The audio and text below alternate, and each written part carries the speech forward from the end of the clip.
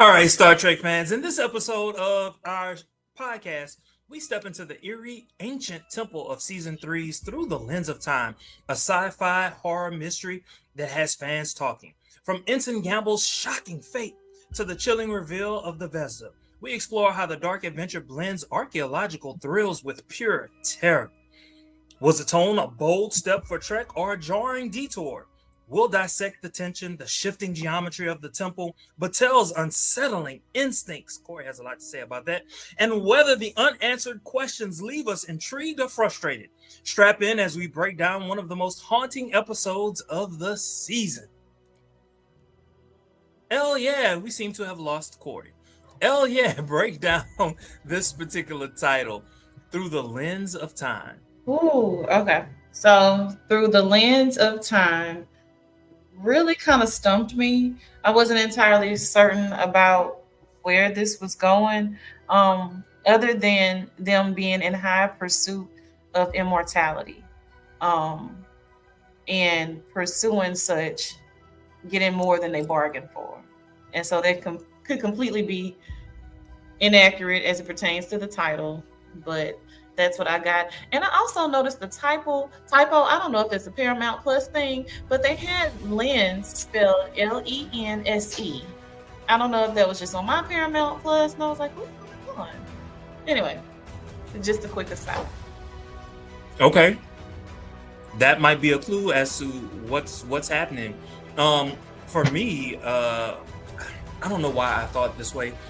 For some reason, I thought Mbinga looked at Gamble as himself, just younger. I don't know. That's what I was thinking. I caught everything that you were talking about earlier, but those were my thoughts. I don't know, Corey, did you have some thoughts on the title?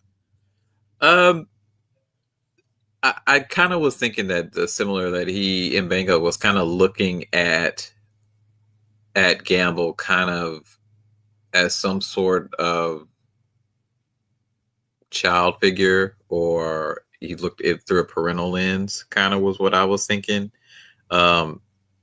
Because he really cared for the young dude, So, and we did too in the couple frames that we saw him. So, Elliot, what was that face for?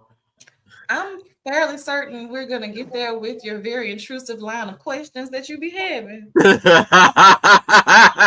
You gonna figure out exactly how we feel. since we front loading things, I do not like how they introduced this absolutely adorable and delectable young black man, this Ensign Gamble, to snatch him away before he really got his moment, to the point to where when his ultimate demise happened, like, you were kind of upset about it, but at the same time you didn't even get enough time to really connect with him for how quickly they snatched him away. I think that was a gross use of introducing this man. I think his acting was great. He was very refreshing. And so, yeah, since we front loading things, I was not happy about that. Listen, I am highly upset. I am so upset because there's so few black characters in sci-fi television, right? I mean, you introduce one and then all of a sudden and then the way that you did it, so mindless and destructive. I mean, I'm bewildered. He was not bad to look at all. Not at all. Not at all. It's just how I felt what they did with your girl from Sabrina and The Last of Us. They introduced that character, killed her off. I was like, come on. Nancy Gabrielle. Yes. What a waste. What a waste of a great character. Like, I could have seen so much more for this character, and they didn't do it. Like, who I wish they would just disappear is Roger. They could disappear him because I don't give whatever his name is. Wait, who? Roger Corbett. That's Nurse Chapel's love interest. Who she in TOS? She eventually engages. She was engaged to him. Yeah. But anyway, let's get it. Oh, I'm sorry. No, I'm saying he is nothing but trouble because he the whole reason, for the most part, him and Chapel silly ass, why they in his nest in the first place. Because of her, what she want to do. Just reckless. Okay. Some have described this episode as a sci-fi horror mystery with shades of Indiana Jones and The Last Crusade. Did that tone blending archaeological adventure with horror work for you?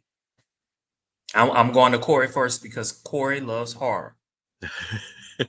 I will say yes, because I think that this is a piece of this show that could really, this tone would really work well for Strange New Worlds. I think they could really do more of this because the universe is vast and everything isn't rainbows and sunshines, rainbow and sunshine in politics, right? And diplomatic solutions and space fight escapes, right? I mean, I think it could really, this is an area they could really explore because there are some dangerous worlds out there and there's some dangerous civilizations, excuse me, I can't talk.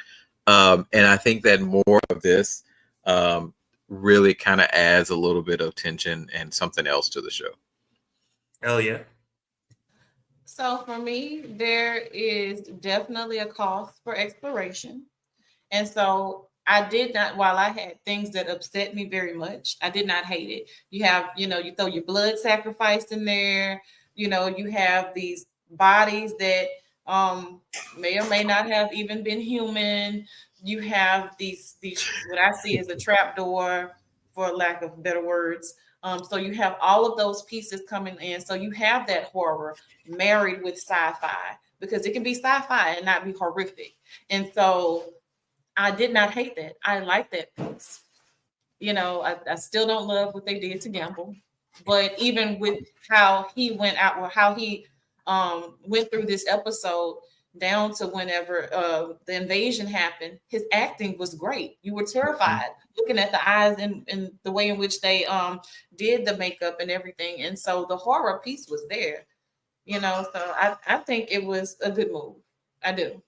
Yeah, I agree with the two. Oh, I'm sorry, Corey, you had something to say? I was going to say what else messed me up too was that I had hope that he was going to be okay until I realized he had actually killed them people. Then I was like, oh, he not coming back. They not letting them. There's no redemption. No, okay.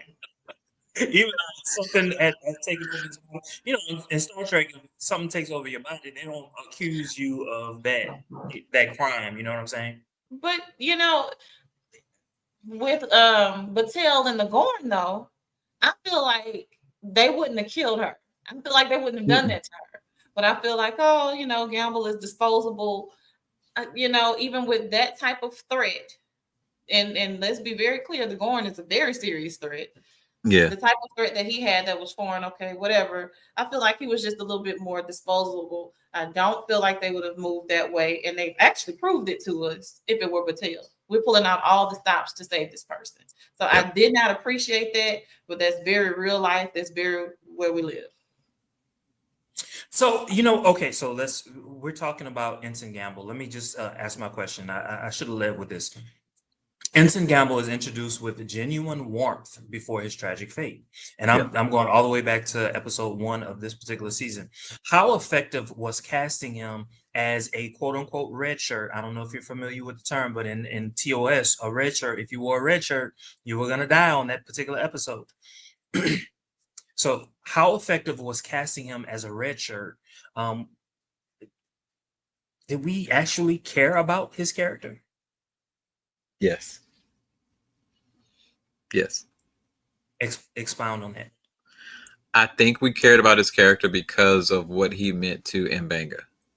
And we like M'Benga, and we care about M'Benga because of all the things, right? And we saw a space for him in the show with them introducing all these new characters, right? And the need for maybe even more expansion of diverse characters. Oh yeah. And I because of what he looks like, and I'm just gonna introduce my natural bias there. I definitely care. Mm-hmm. But as a movie buff TV head, there just wasn't enough of him to get completely invested on that side of it. Like, so them killing him off, like, okay, I was upset in the moment. I'm gonna move past it probably fairly quickly. But again, Right. kind of that fence straddling because I'm looking at it in a dichotomous way. Me, the person, I'm real upset. I'm really pissed. I do care, but y'all killed him off so quickly to where it's like, okay, you gotta move on.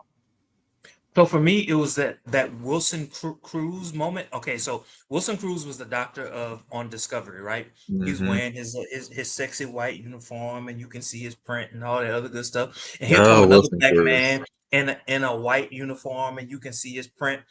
I ain't want to. I ain't want him to leave. I wanted him on the show. Because I want him to stay. Because he put on his show. He put on the show. He gave me what I was looking for. This show could use a little bit more sex appeal, though. Just a little touch more. More shirts off. Okay. All right. Next question. The ancient temple on Macroom demanded a ritualistic blood sacrifice, which is something Elia talked about earlier, and proved an inhospitable environment for transporters or communications. How did this setup amplify the tension? Well, it amplified the tension because they're not on one accord. They're not in agreement. You have basically Corby and Chapel versus Spock. Nobody's on the same page.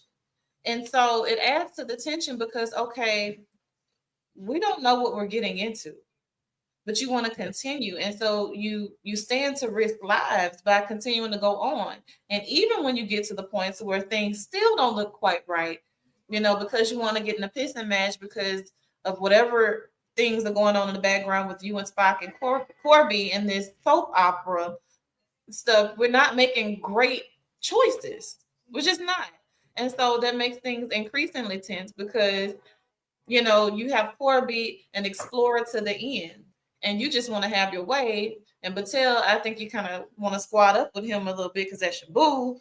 And, even though you kind of sort of aired on a little bit of side of caution, it wasn't enough. Right. It wasn't enough. You put yourself in harm's way.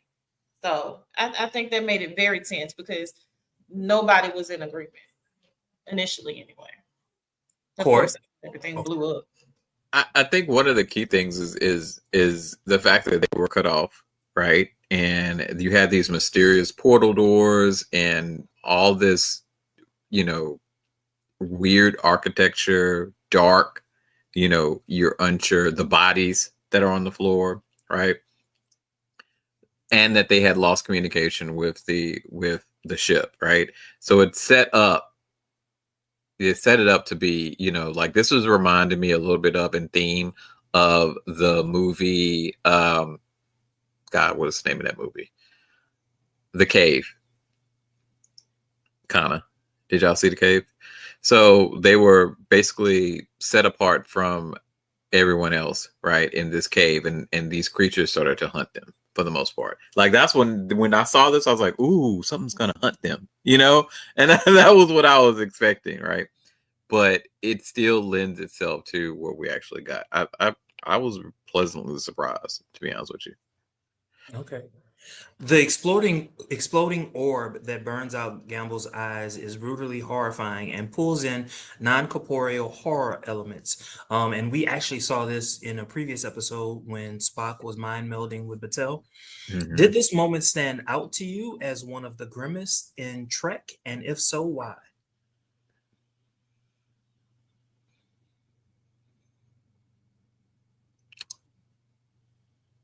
One of, but not the most horrible thing I think we've seen. Like the whole Gorn thing and how they eviscerated bodies and did all that. I think that was maybe a little bit more, on the horror front.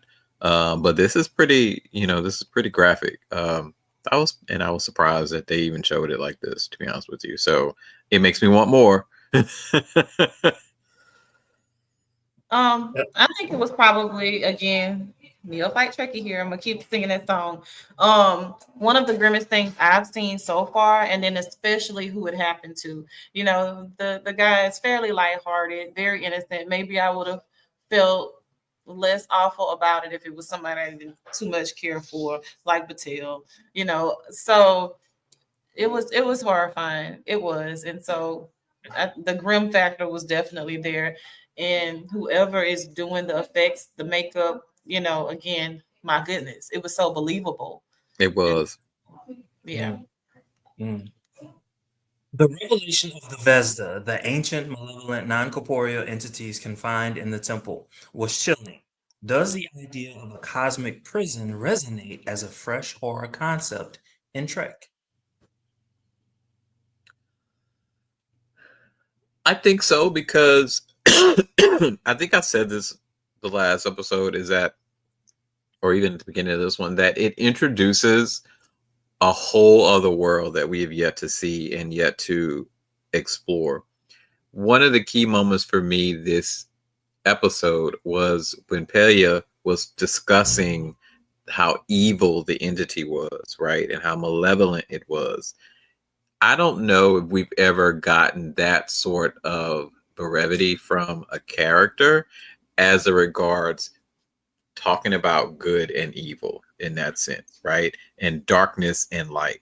So it's a vast universe. Star Trek tends to focus more so on the cultures and the differences between cultures and geopolitical conflicts and all that sort of thing. But to explore the darker elements of the universe, i.e., the more evil or malevolent forms of, beings, I think it's such a cool and interesting way forward for them if they wanted to do and introduce something different. Um, yeah. Can you go repeat the question? You mentioned something about the prison world aspect. Can you repeat that question for me? Um, okay, sure. The revelation of the Vezda, the ancient, malevolent, non-corporeal entities confined in this temple, was chilling. Does the idea of a cosmic prison resonate as a fresh horror concept in Star Trek? So, of course, for me, it is a fresh concept. Um, I don't remember seeing anything like this before. At least for, like I said, the amount of episodes that I've seen.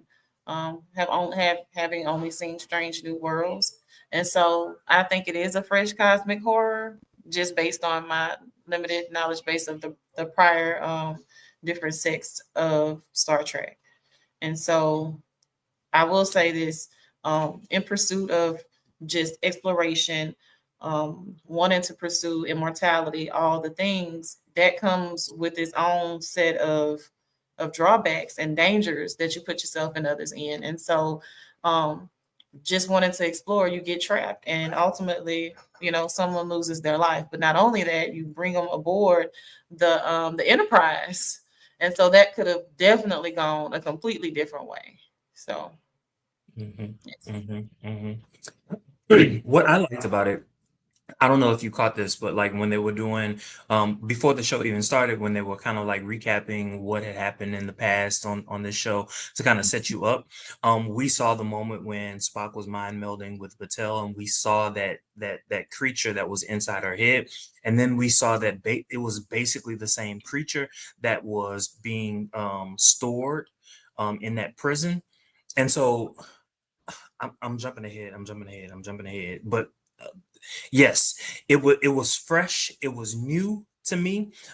Because in Star Trek, we see them in Star Trek if they're in some type of prison or what have you. They're free. They're out in the sun. They're lounging and you know what I'm saying. Like it's a utopian prison. Yep. Whereas this, Put that on a you're shirt. in you're encased and you don't know if this is this their real body, is this how they really present themselves. They said that they were parasites but are they really, did they start off in human form or humanoid form? You know what I'm saying? There's like all of these different questions. And then again, this is the part where I'm getting ahead. It had me thinking about when Batel actually confronted Gamble. It's like, why is there a difference between the two?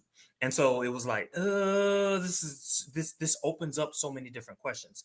All right, but let me move to the Quick, next question. quick question. What you got? With the way in which they introduced that piece, and I know we're getting there, and then they threw us a filler episode in. Do you think they're going to address that more? In my mind, they've got to. They got to. I just got I mean, excited.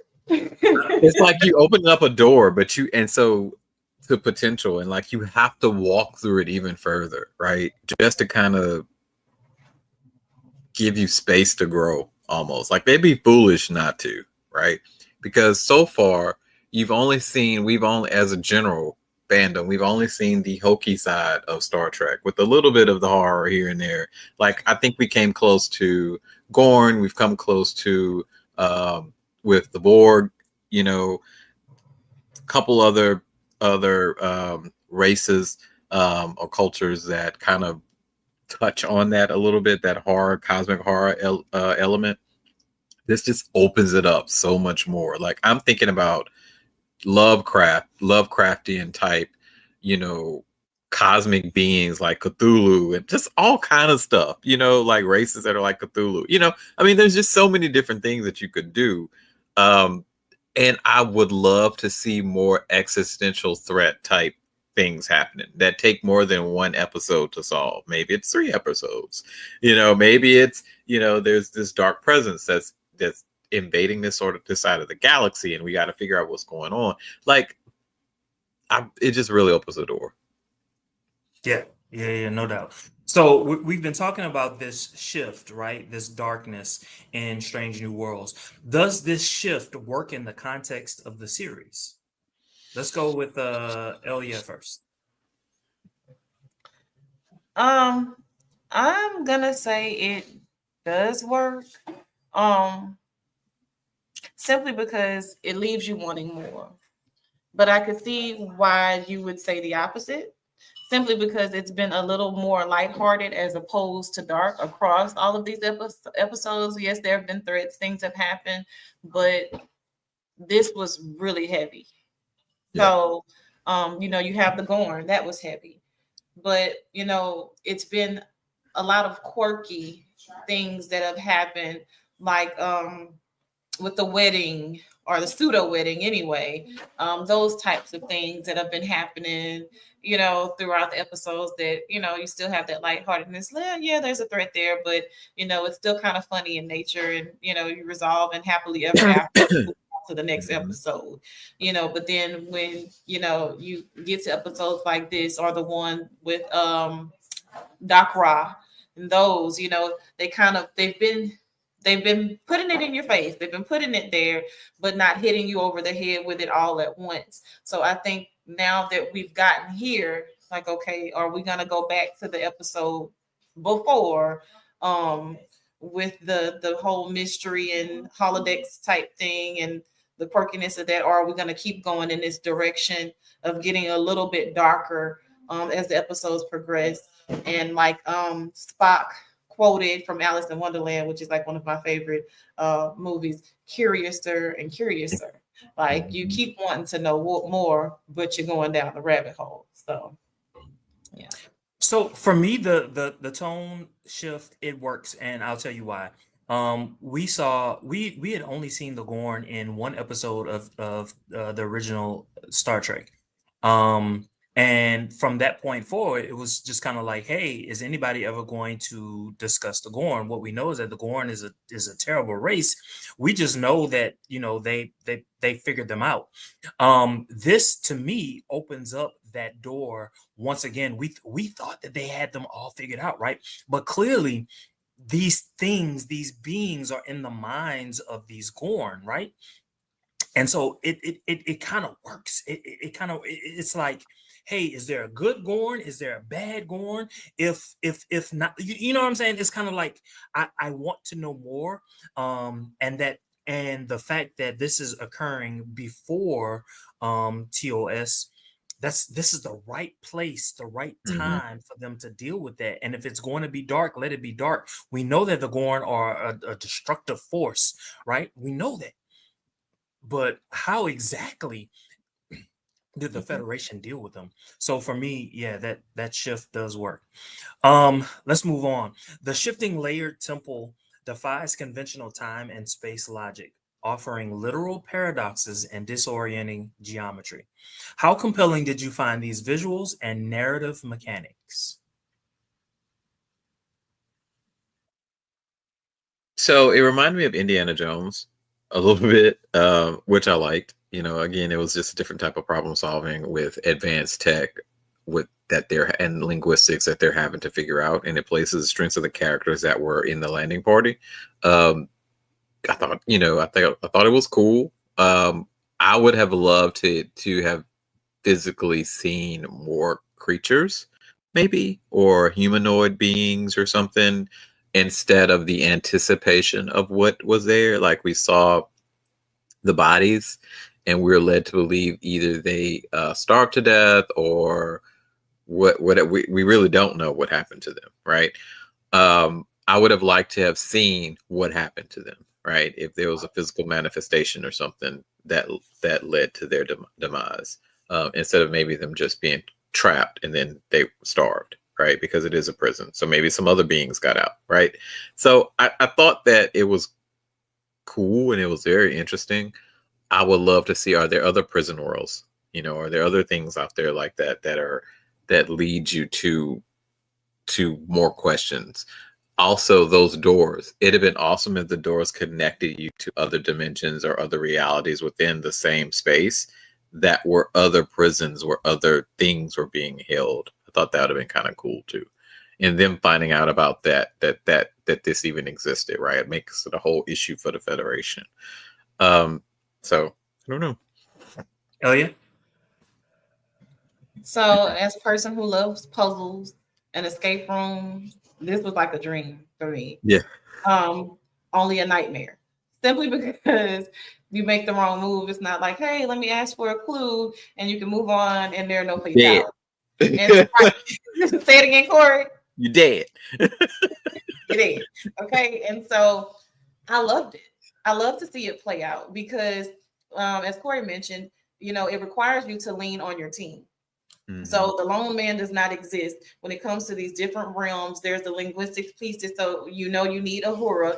You have those that have the battle strategy. You have your person that's going to always deem themselves the person in charge, even though no one appointed you that. You have the person that wants to over explore at the expense of potentially killing everybody. And so there's so many things at play. So it was a great narrative.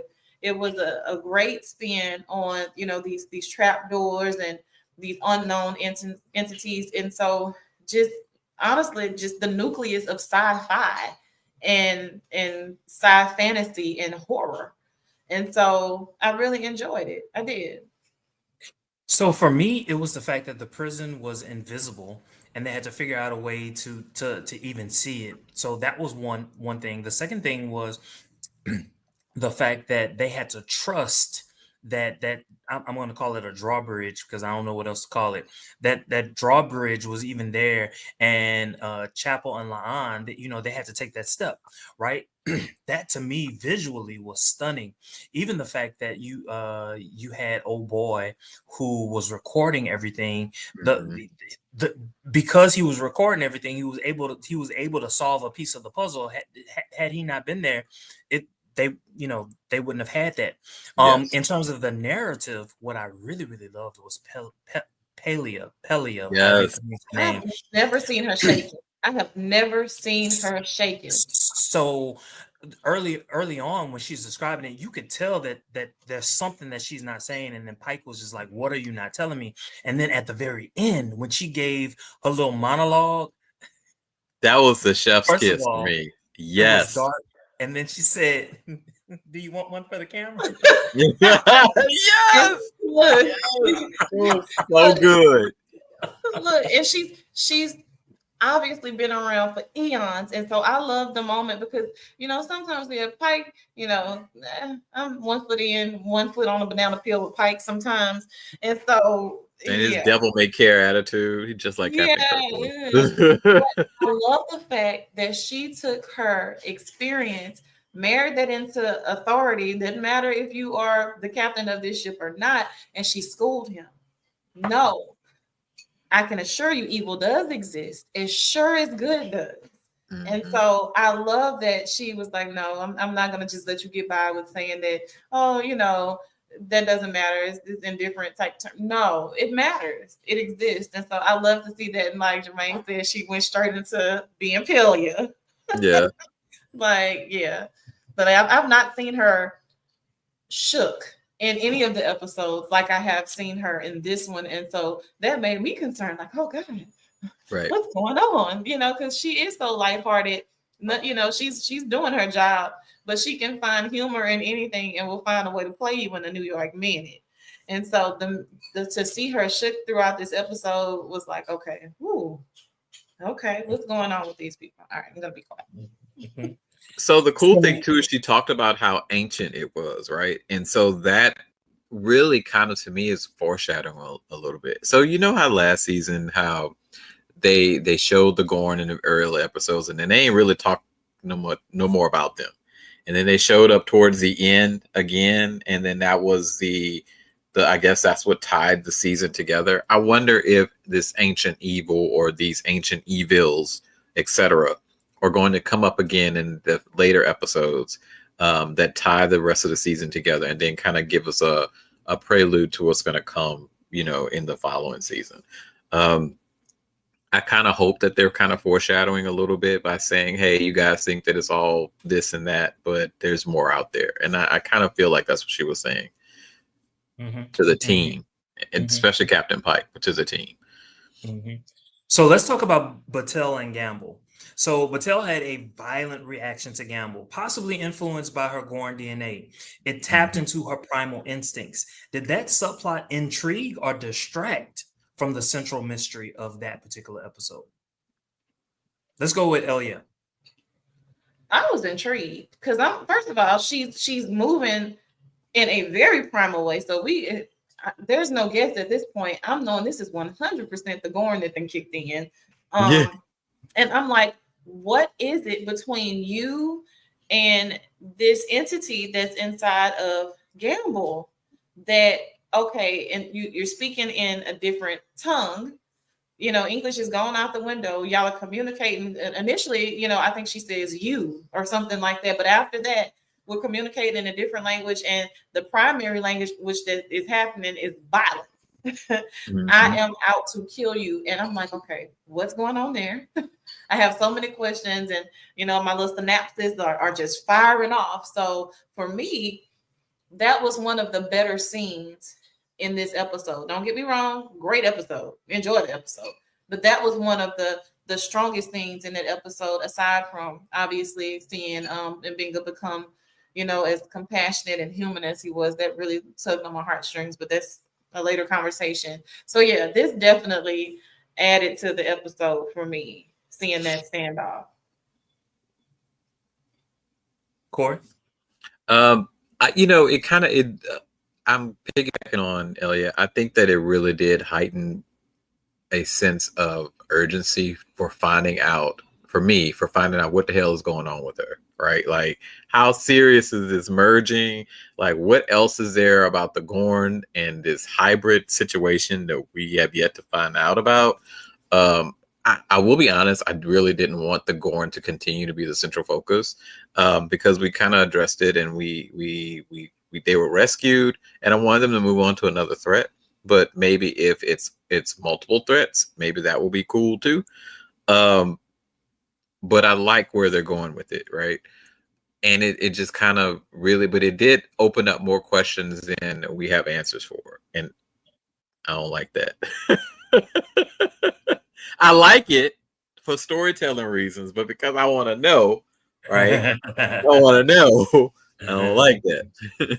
Her nosy ass. Yeah. I want to know.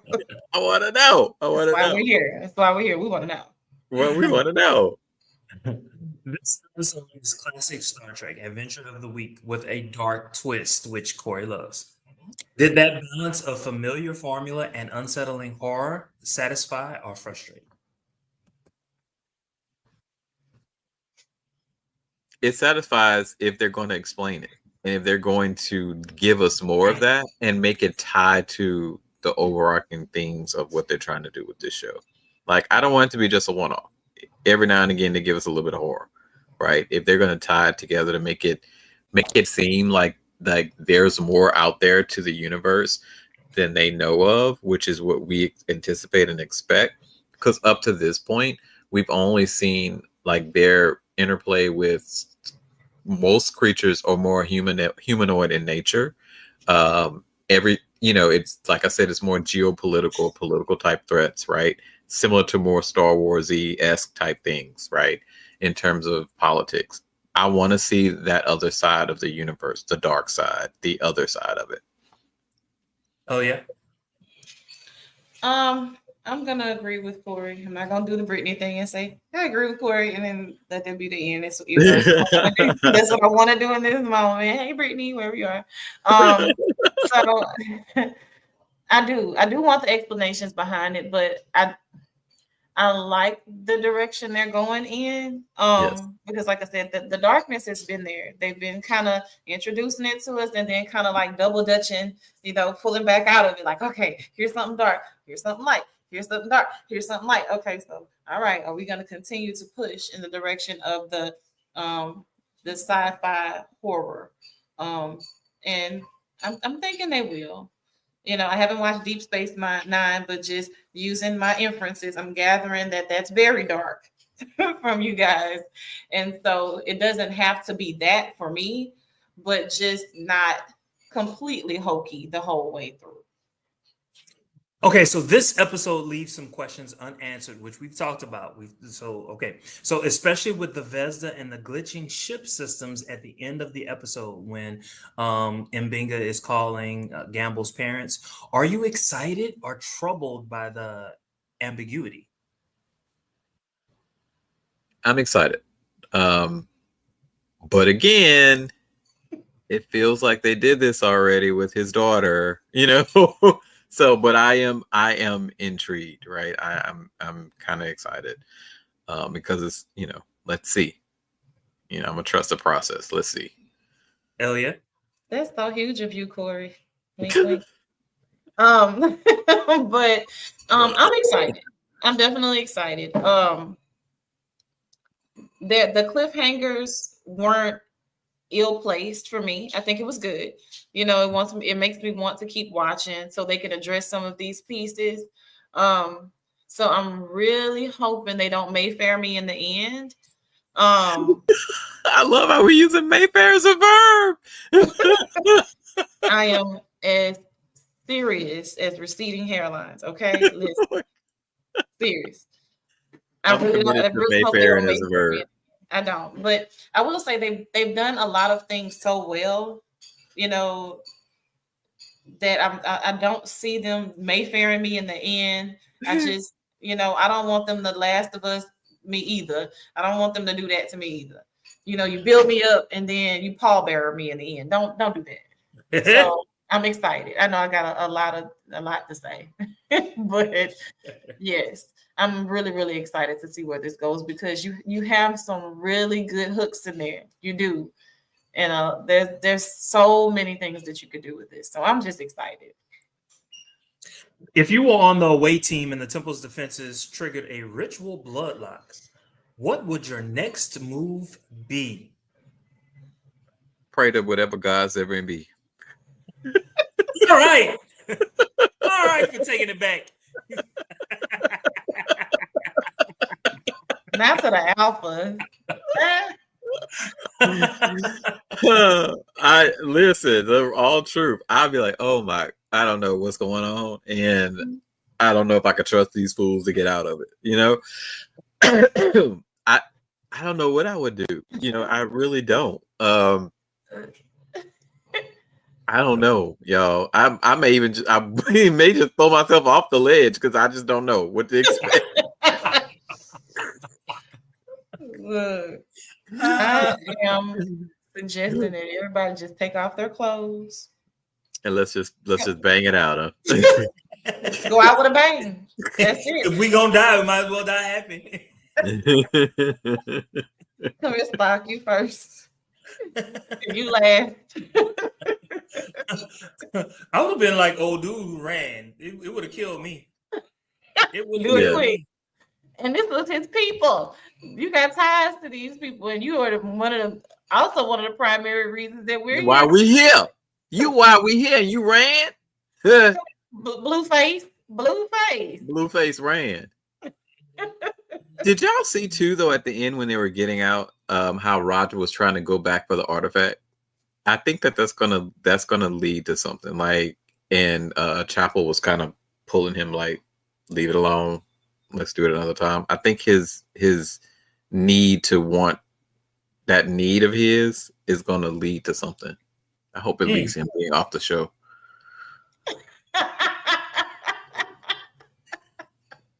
Wait, I thought I was on mute with that cackle. I'm so sorry, y'all. I don't disagree with you. I'm not a fan of him. I'm not either. Maybe because he's not as cute as I want him to be, to say he stole whatchamacallit from Spock. So I don't feel like he's cute enough for that. Oh yeah, that was something you wanted to say. No, nothing. There's nothing. I'm agreeing with Corey that he could go. He absolutely you could say at this point, leave me with Mbenga, Spock, Ortegas,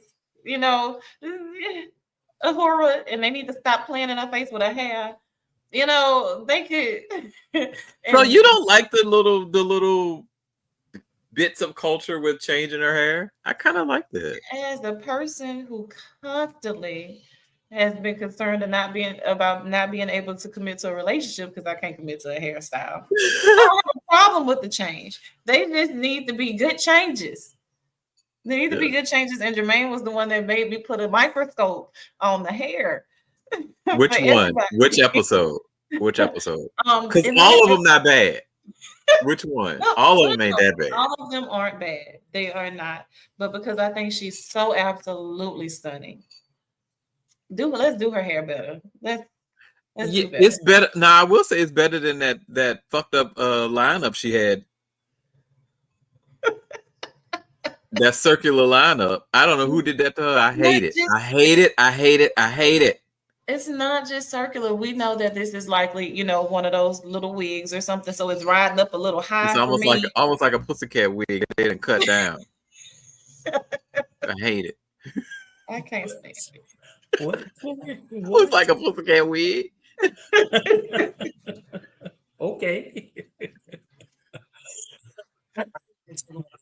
At all this episode, but since we're talking about hair, I really love what they did with number one's hair. They brought the usual, it all flowing back down. That little sunburst thing that they had going on, I was not a fan of that. They gave her a halo. They gave her a halo. Do agree with Corey though, that the hair on Uhura these last 2-3 episodes much better.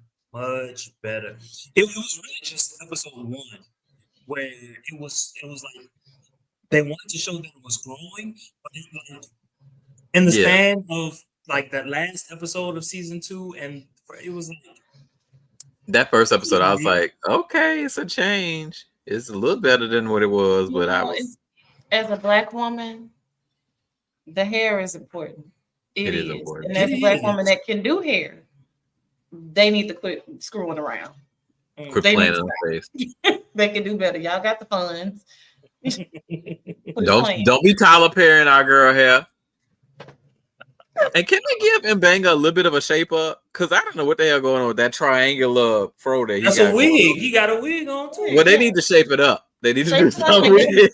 Shape him up and give him a shower scene. Do that. Do it high tight on the sides a little bit and shape it up a little bit. Ooh. Did the cosmic prison concept or Gamble's horrifying fate make the story feel more like horror than science fiction, or a blend of both? I think it's a blend of both because I think that true sci-fi has to have some sort of element of horror to it, because it's the unknown. It's what else is out there, right? And there has to be elements of horror because we don't know, right? We're under the impression that aliens could be friendly, but they could all want to eat our face. You're gonna give us melancholia.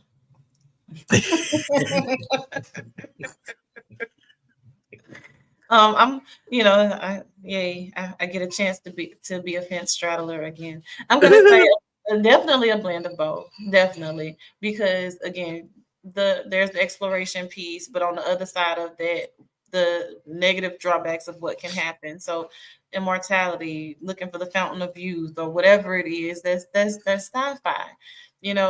These chambers, these doors, but then on the back of that, you get the body snatcher type thing, the parasite. That's still science, but that's horror at the same time. Yeah. So I think it's both, and I think it was a good blend. Unlike the Tyler Perry wig, it was a good blend. My God, today. So here it is. On a scale of Mayfair to 10, hell yeah, how would you rate this particular episode?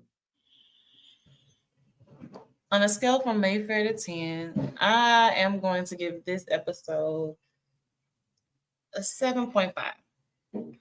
Not quite an 8. They pissed me off with what they did with my guy, Gamble, and a few other pieces.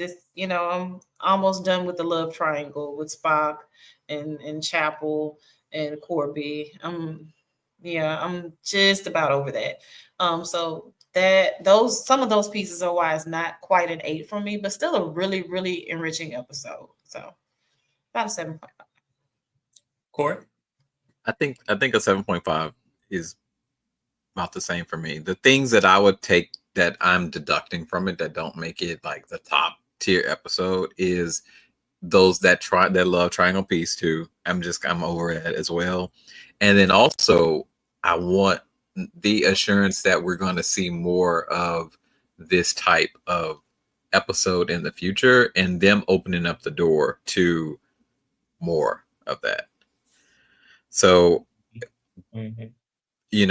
with the hint that it's going to happen, it's giving me that extra little to it, but it's just not, we'll see if it, as a whole for me, the show's like a 7.5. So it's in line with the whole show. They're just putting the tip in. They ain't really getting it full stroke yet, but they getting there. Trying to ease on through. Yeah. Yeah. Right now they in the breathe through it section, the breathe through it part. But they ain't really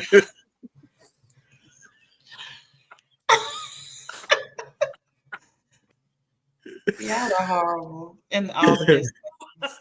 For me, it's a strong 8. Strong 8. Oh, I love the strong 8. Oh gosh, that's all you need is a strong 8. It's a strong 8 because I did love, even though I did not like the fact that Gamble died, I did love the fact that they continue. This whole season to me is about M'Benga. If you really think about it, this whole season is about M'Benga. Like, they're developing this character in so many different ways.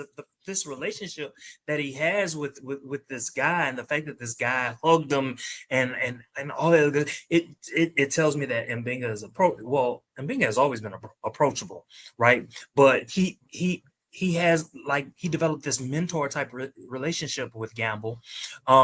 He turned the cheek from violence in one of the previous episodes. One of the episodes before that, he was 100% a man of violence. You know what I'm saying? It was like this season is so much about M'Benga, and I'm loving it. I can't say it enough, and perhaps it's because I'm a Black man and I care more about the Black characters, and especially Black male characters, because if you have to, I care more about the representation that I see in Star Trek as it relates to blackness, but specifically black male that I see on Star Trek. And Because so, they've been non-existent for the most part. well, no, they've always been there, except for TOS.